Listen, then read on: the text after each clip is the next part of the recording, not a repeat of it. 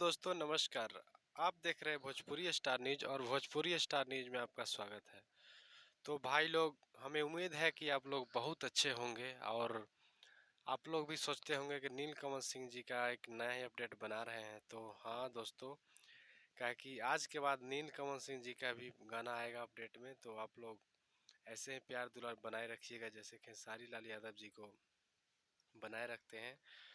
तो एक नीलकमल सिंह का आपके बारे में पता ही होगा कि बहुत मस्त सी सिंगर है। तो इनका एक गाना आया है टी सीरीज से जो बहुत ही बवाल गाना है, जिस गाने का नाम है सरकारी पिचकारी, जो बहुत ही पारिवारिक सॉन्ग है। तो आज टीजर रिलीज हुआ है, कल सॉन्ग रिलीज हो जाएगा। तो इस गाने को देखना ना भूलिएगा, काहे कि टी सीरीज से रिलीज हो रहा है। तो इस गाने का राइटर है आशुतोष तिवारी और म्यूजिक डायरेक्टर है प्रियांशु सिंह, जो बहुत ही बवाल म्यूजिक डायरेक्टर है, जो एक पर एक गाने लेके आते रहते हैं। और वीडियो है पवन पाल जी, तो देखना ना भूलिएगा। सरकारी पिचकारी, मिलते हैं नेक्स्ट वीडियो में।